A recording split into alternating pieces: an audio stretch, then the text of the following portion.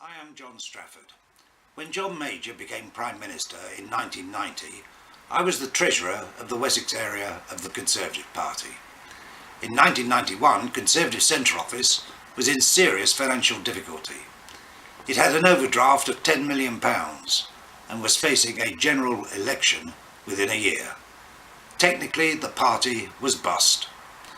At this time, the party did not publish its accounts, but by the spring of 1991, there was increasing pressure for it to do so. Well, with this week's announcement on the council tax, John Major hopes to unify his party in the run-up to the next general election. But the party machine itself is running into difficulties. Believe it or not, the Conservatives have a massive £10 million deficit, and this has sparked off a movement within the party to reform its structure and make it more democratic and accountable to party workers. David Wheeland went out into the shires to see what all the fuss was about.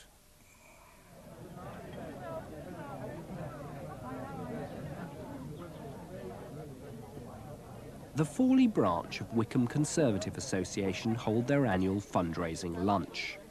Tickets cost £9 for the three-course meal and provide party members with the opportunity to relax and discuss pressing political issues with their MP, Ray Whitney. The local branch hope to raise their quota to send on to Tory Central Office, but some party activists are worried about what the party nationally does with their money. Party members locally, in my opinion as a Conservative chairman, are not happy with the way that things have been administered. We feel that a lot of money is wasted centrally. We spend an awful lot of time and a lot of hard work raising that money, and at the end of the day we've no control over how it is spent. Rich constituencies like Wycombe regularly deliver more than their fair share to Central Office coffers and work hard on the doorstep to spread the Conservative message. But even that doesn't afford them a sympathetic hearing from the party hierarchy. Mr. Simpson? Hello, yes. I think really that if one starts off with the thesis that the constituencies raise money, surely they must have the right to know where the money is spent, one needs to then put that into context, because we're delighted to have the contributions from the constituencies and the quota payments, but they do represent about £1.25 million out of a total Central Office receipts of, say, round figures about £11 million. So I think that the people that say this should be just a touch careful. It's one of those sort of kind of demagogic things that people can come up with and say, I think we ought to just be able to see the accounts and let them all laid out. And so I think what is sauce for the goose could be sauce for the gander, and we'd be coming along to wherever it is and saying, well, let's have a look at your accounts. But as party workers gathered in Southport last month for their central council, a sort of mini-party conference, the dissenting voices were growing louder. Activists like Sharon Spears believe the worries over the £10 million Tory deficit could be the locomotive for reform. The financial status of the party is a very strong motivator for people. You have constituencies that are sitting on a fair amount of money, not handing it over to Central Office because they're uncertain of how that money is going to be used within Central Office. There is concern about the lack of efficiency, the lack of suitable advertising, for example, in the European elections. There's concern about general profligacy throughout the organisation. I'm under no doubt at all that we need to raise more money. I'm equally under no doubt at all that we have to make it abundantly plain to you that we're spending it as effectively as possible. Despite reassurances like that, party workers remain to be convinced. Of all the motions on the conference agenda, by far the largest number, 22, were on party policy, finance and organisation. But none of them were called for debate. In fact, for the first time, there was no debate on these issues. Delegates who had tabled these motions were naturally unhappy. Associations like my own feel that although awkward to answer, awkward questions when deferred can lead to trouble later, as I think other events may have shown in other places. It is perfectly reasonable, as our constituency has, is to put forward a motion which says basically now the time has come where the chairman and the treasurers of the party should be elected. There's considerable disappointment it's not being debated at the Central Council, particularly when you look at the number of motions that have been put in from a lot of associations on this issue. Despite the pressure, the Tory hierarchy still don't want to face up to the calls for change. I don't think actually changes in the Constitution would be necessary or appropriate. I think I'd always accept the comment that our party conferences do err towards the bland end of the spectrum. And there's always more room for a genuine exchange of views between the party activists. While waiting for a revolution from above, activists rely on the Charter movement, a conservative pressure group. We have to have democratic control of finances, because without that, we will never have decent financial efficiency. Set up 10 years ago, it has struggled on the sidelines. But at Central Council, it was allowed to hold a fringe meeting within the conference centre for the first time. There's a huge amount of hypocrisy in the way the party puts itself forward. Chris Patten, in speaking at the Central Council, talked about the need for political parties to listen to what electors think. The same applies to the Conservative Party. The people who run the Conservative Party really ought to listen to what people in the constituencies are saying. The Charter movement wants a new party constitution, the proper structure encompassing both the professional and the voluntary sides of the party. They want detailed published accounts, an annual report, and an elected party chairman and treasurer who would report back to Central Council. Well, I think there would be a danger if we made ourselves all sort of slick and modern and like some sort of multinational or something. We wouldn't actually be reflecting the realities. However, most of that reality boils down to the tireless service of local activists raising money for the good of the party. First prize, 96, that's 96 on a pink. First prize is a week in Southend. Second prize is 2 weeks in Southend. Joking apart, if the constituencies don't now get the reforms some of them want, they are in a strong position to hold central office to ransom, particularly in a year when it has to cover its huge deficit.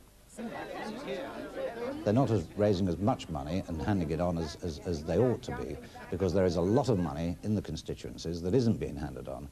And in my own area, there's at least £3 million, probably more than that now. But there was £3 million last year when I did a survey on this. And I am continuously being told by constituency chairmen that until there is some democratic accountability within the party, they are reluctant to pass the monies over through to Conservative Central Office. The focus is now on Chris Patten, but he has a dilemma. He is naturally reluctant to start overhauling the party machine in the run-up to a general election. But he knows it will buy him the goodwill and money from the constituencies that he needs to win that election and pay off the party's huge debt. Inflation is falling. I know, and John Major knows, just how much in getting across all those messages we will rely on you and other workers in the constituencies to help us win the future. Somebody has got to take an act of faith, and I hope that Chris Patten, because of his experience in working in the party on the professional side, will begin to make changes and will bring in democratic accountability. I hope so. I will be sad if my judgment of him turns out to be incorrect. And those hopes may not be entirely dashed. Chris Patten will raise the financial crisis at the next meeting of the party's governing body, the National Union, which will also be the first time that Tory activists... After the Central Council meeting, Chris Patten came to the next meeting of the party's National Executive, and there was a vigorous discussion. At the party conference in October 1991, Chris Patten referred to the discussion. We still rely overwhelmingly on all of you to pay for our political activities across the country. Let me say a bit more about funding, which I've discussed on a number of occasions, as you can imagine, with John Strafford and others. I've been trying to develop with your representatives, the National Executive of the National Union, a more open dialogue about both funding and about party organisation. What Peter Lane, Basil Feldman and I have started I can assure you we intend to continue. This year, for example, we produced our accounts in a more open and a more accessible form and a lot earlier.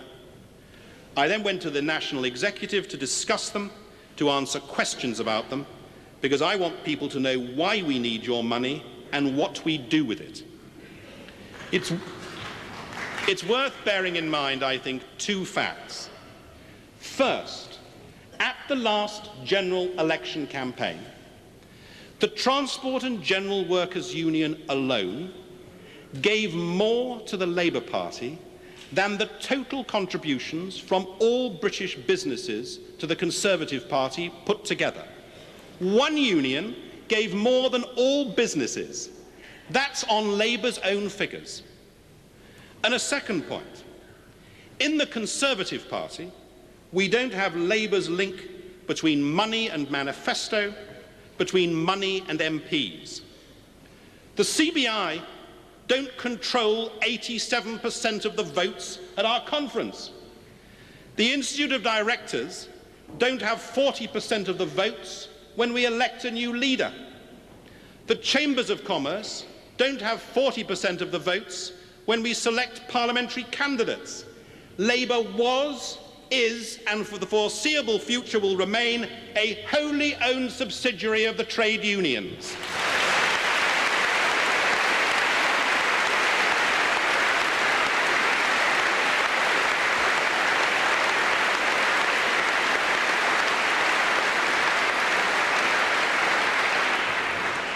As I told the National Executive earlier this year, we have an uncomfortably large deficit. I hate that. We've cut it since last year. We've cut it partly by better housekeeping. When I used to work for Lord Carrington, there were two treasurers, two splendid treasurers, Sir William Clark, now chairman of our backbench finance committee in the House of Commons, and Sir Tatton Brinton, whom some of you will remember. And Peter Carrington, bearing in mind their responsibility for controlling Conservative Party spending, used to call them the abominable no-men. Well, Michael is a very charming abominable no-man, and he's helped to keep our spending in better order. But we've also cut our deficit by raising more money. During a difficult year of recession, we've raised more in the last year than in any other non-election year in our history. But we need to raise still more in order to eliminate our deficit and to fight and win the next election. Don't forget, Labour will spend a General Secretary's ransom to win. Most of the unions will dig deep, regardless of their members' best interests. We have to organise a good campaign. That costs money, and we need your help to raise it. So when Geoffrey Archer this afternoon, in his quietly persuasive way, asks you to cough up, please do, bearing in mind how much more it would cost you to live under a Labour government. The Conservative Party won the general election of 1992. Unfortunately, Chris Patten lost his seat. Possible reform of the party went with him. In 1990, I had published a pamphlet calling for a party board. At the time, I was accused of being disloyal for even suggesting such a thing. In 1993, the new party chairman, Norman Fowler, brought in the party board. Of more significance, the party began to publish its accounts in full. They showed a deficit of £18 million. Party funding became a running sore in our politics. Sleaze was part of the regular discourse. The Home Affairs Select Committee decided to investigate. The Dispatches programme turned to the subject in 1995. We were keen to talk to Conservative Central Office about all this. We wanted to find out what they felt about organisations like BUI and AIMS. We were also interested in the new spirit of openness apparently abroad in the party. But no one from Central Office would appear on this programme. Answer, came there none? We've asked Central Office to talk to us about this, and they seem most unwilling to comment. Why do you think that is? You must ask Central Office. Do you think there's a reason for that? I think they're wrong, Why? because they should talk to you. And at the grassroots of the Tory party, some loyal members like Graham Pycock are also anxious to get answers out of Central Office. A former bus mechanic and Conservative trades unionist, Mr Pycock is part of the Charter Movement, a campaigning Tory group. We owe, as the party of government, we owe the country the duty to show an example, to practice what we preach. We espouse the view that things should be open and democratic. We have a Prime Minister who wishes to see an open and meritocratic society. And yet the way we run our own party is Victorian. It's completely and utterly out of date. And the members have no power over how their parties run. That has got to change. We know that the party is running into financial problems. A fringe meeting of the party reform steering committee at the Tory conference, calling for more openness. But things don't look good. We've come across a letter from a senior Central Office figure sent to 650 constituencies. A letter which launches a furious broadside against the activities of campaigners like these. It is especially deplorable that they made 3 submissions in writing giving evidence attacking the financing of the party to the Home Affairs Select Committee of the House of Commons, in the full knowledge that this could then be quoted back at ministers and party officers by Labour politicians. But I was invited in particular by Eric Chalker, who's over in the corner. Eric, the great rebel. Mr Chalker was on the Conservative Board of Finance for 4 years. He has forthright views.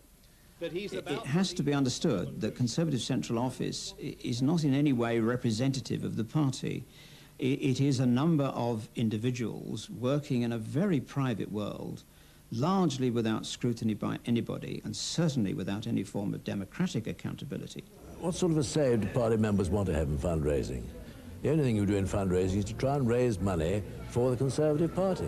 And you do that quite openly by going to either people, individuals, or businesses, explaining why the Conservative Party is an advantage to them and asking them to give a donation. The way in which these issues are handled is so secretive, so furtive even, that it's not possible to be sure that what is declared to be the policy at one time will actually be what is done at another. Do you think there should be any changes to the way Conservative funds are raised? Not in the way it's raised, no. I think it's completely satisfactory. Have we got John or have we got Maggie? Young Tories raise funds in a traditional manner, but questions about what's happened in the past remain unanswered. For the controversy over funding has started a new debate about openness and accountability. I want to bid at 6.25 from you and I'll give it to you. If this is the best party money can buy, it's only fair to ask where the cash is coming from. Newsnight did a fringe meeting at the party conference in October 1995. I took the opportunity to attack the Labour Party's links with the unions. During the coming week, we'll expect lots of new ideas. Lots of new ideas. Ministers will get up and produce lots of new ideas. Now, do you broadly want to see a radical new agenda unfolding before the British people coming from this party into the new millennium? Or do you want to see a sort of sense of consolidation, a sense of the party trying to demonstrate that this is a competent government and is getting on with its really existing programme? Yes, sir. Behind you with the glasses. Yes, sir. Because in spite of all your efforts, we haven't seen tonight conflict within this audience. In fact, we've had a very unified audience, and there's a great deal of unity on our policies. Our problem as a party is perception. Unfortunately, our perception as a party is that of a tired party with fat cats and sleaze. Tony Blair's success has been changing the perception of the Labour Party into a party that's democratic. What we should be doing now is moving towards the 21st century, is creating a democratic Conservative Party, and by doing that we will motivate our grassroots and it will enable us to attack the undemocratic way in which the Labour Party is dominated by the trade unions. All right. Let us get over to the British people that the trade unions still have 12 out of 25 members of the National Executive Committee. They still finance the Labour Party with 170 Labour MPs. They still sponsor all of the shadow front bench, and that's the message that we as a party have got to get over to the British people. Right, John Redwood, briefly. I want us to be the party of economic success and prosperity. In 1994, John Major asked me to do a paper for him on party reform.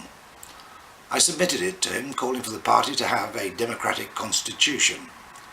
Initially he was in favour, but after lobbying by the vested interests, he told me that we were too close to a general election to proceed. The Bow Group published the paper in 1995. Pressure for reform was building, and in 1996 the On the Record programme put the spotlight on it. Workers who stuff envelopes and knock on doors. It's not a happy Tory army. Many of them are fed up because, as Joanne Nadler reports, they think no one at the top takes any notice of them. My name is Esme Chignall, and I've been involved with the Conservative Party for, I don't know, actively, I suppose, about 17 or 18 years. I'm Barbara Flower. I've worked for the party since 1989, and I'm now branch chairman in the constituency. I'm Brian Trigger. I've worked for the party for about 9 years, during which time I was a membership officer and a branch chairman. I'm Victoria Bowles, and I'm a parish councillor, but in the Salfords and Sidlow area, which is Reigate and Banstead Association Conservatives.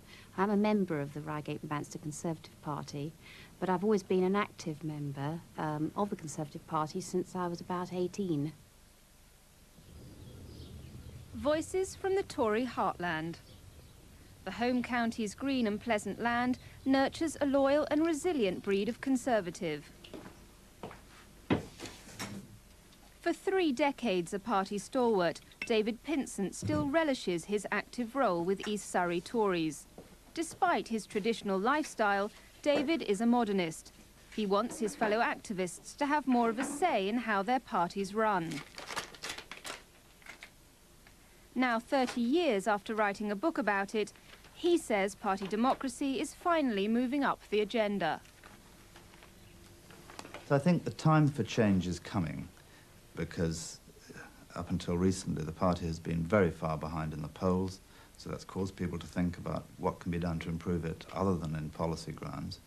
I suspect that after the next general election, our party will go in for a period of fundamental reform and re-examination. It'll modernise itself to take itself into the new century and beyond. People see that unless we make some changes in the way we organise ourselves, the party will not recover the vigour that it should have. Off to join party colleagues canvassing for the local elections, David knows his association is healthy, but he worries about keeping it that way.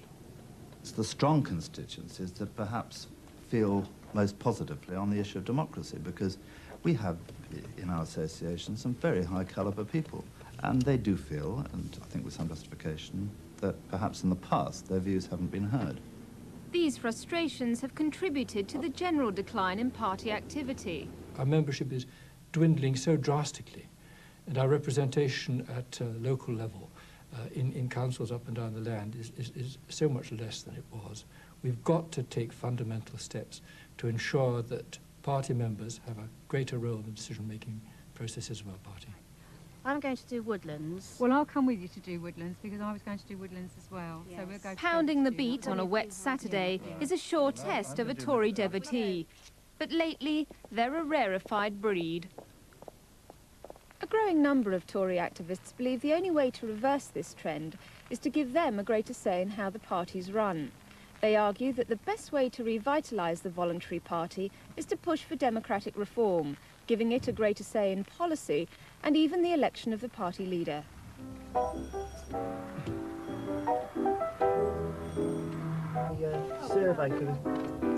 Another door in the face makes for Tory blues.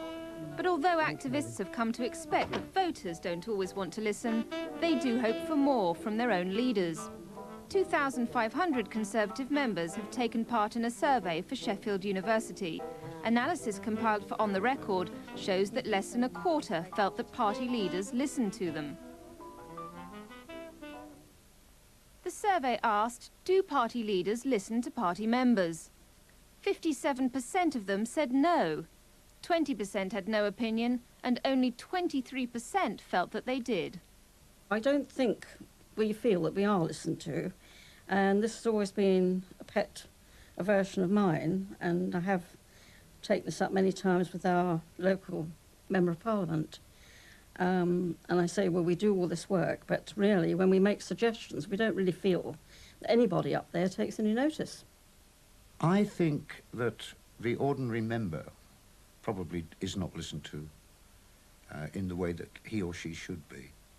And I think that's largely because there is no direct link between the opinions of ordinary members and the leadership of the party.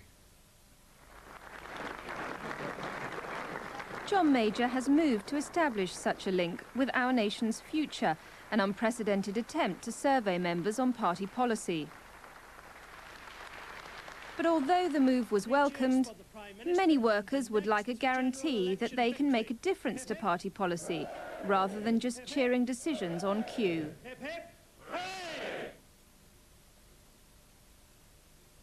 Our survey asked, should party policy be determined by its members? 68% said yes. 13% had no opinion, and only 19% felt that members shouldn't decide policy. The most important thing is for party members to be able to express their opinions about ongoing policies. There have been, not in recent times admittedly, but a few years ago, some considerable number of banana skins, which I feel could easily have been avoided if there had been an input from the ordinary Conservative Party member. I think we would like to be more involved in making party policies, yes, and maybe have more say in perhaps the election of the leader of the party. The local election count in Reigate. This is what all the canvassing, the door-knocking and leafleting is all for. But from the start of this campaign, Conservative Central Office were preparing for bad news, and here as elsewhere, seats were lost to Labour. Even before tonight's local election results were confirmed, nervous voices at Westminster were once again asking questions about John Major's leadership. Here at the coalface, party workers know that they'll have to pick up the pieces, and increasingly they're not prepared to be left out of decisions about their party's future, especially the leadership. Now they have an important new ally at the heart of the party establishment, the chairman of the party's volunteers. I ran on a reforming ticket, have made no secret of my belief that the National Union should be reformed. My view is that we're into a sort of package of changes, which will involve a number of things, but I think that a strand in that is an involvement in the election of the leader. Beaconsfield Old Town is a suitable setting for Mr Hodgson's supporters to develop their plans. It has a Conservative heritage. One of the party's founding fathers is buried in the main church. Edmund Burke was a reformer who would approve of today's plans to modernise the party. So says local activist John Strafford, who wants each member to have a vote in potential changes. I'm quite certain the ordinary party member wants to have a say on the leadership and the election of the leadership, and that is why the 1922 committee are looking, together with the National Union, at ways in which the leadership elections can be changed in the future. When Conservative members were asked should the leader be elected by one member, one vote, as many as 52% said yes. 14% had no opinion, and a minority of 35% disagreed. I'm very enthusiastic about the idea of one person, one vote for party leadership. I wouldn't be against a percentage contribution of vote, if you like, to just further voice perhaps people's views. But at the end of the day, I feel that it should be no more than the voicing of their views. I do believe the final say-so has to lie with the members of Parliament themselves. I think one member, one vote for electing the party leader would be a very good thing, and in particular it would avoid the unpleasant scenes that took place at the last leadership election. I have this afternoon tendered my resignation as leader of the Conservative Party. In the hysteria which followed, Tory MPs publicly paraded their differences. Bemused party workers were consulted, but had no vote for their leader. Their frustrations have reached the party's hierarchy, which is now reviewing the leadership rules. The idea that it should be something which is exclusively the preserve of members of Parliament, I don't necessarily accept. I think that you can debate how it is done. I would, I suppose, support some kind of electoral college. But I do think that there is something rather curious in our present method, whereby members of Parliament go back to their constituencies, they listen, they're required to listen, they're advised to listen to what their members are saying, and then they go back to the House of Commons and do exactly what they thought they were going to do in the first place. The Parliamentary Party must have a clear majority, well over a majority of the votes, because they have to work with him or her, choose him or her, have confidence in him or her. But a role for the volunteers, I think, is important. And you're prepared to lobby for that? I am lobbying for it. Dixon, Francis, Dorothy, Mary, 451. Selby... But anxious activists who think that the latest round of results should spur the party into action now find that even their sympathisers warn against pushing the case immediately. He's duly elected councillor for the Reigate North Centre. I do think that there is a danger of every meeting being dominated by looking internally at the structure of the Conservative Party. Can we improve this? Can we have a committee for that? Can we have elections for this? Rather than thinking, how is it that we're going to fight the other side? How is it we're going to fight the Labour Party? The key and clear priority is the winning of the general election. That is phase one. And that will take us through to whenever the Prime Minister decides to call the election, probably May of next year. In the intervening period, we shall be doing privately, quietly, some thinking about phase two, which is what changes need to come about. And that will involve talking to constituencies, constituency chairmen and our supporters around the country, so that we have our thinking shaped when phase two starts after the general election. But in opting to wait until after the general election, Conservative leaders may find it even more difficult to motivate an already battered party for the fight ahead. In 1997, the Conservative Party suffered one of its worst ever defeats in a general election. It had to change. Archie Norman had read my Bow Group paper and put it to the new leader, William Hague. He decided to act, and the Conservative Party got a constitution. But was it democratic?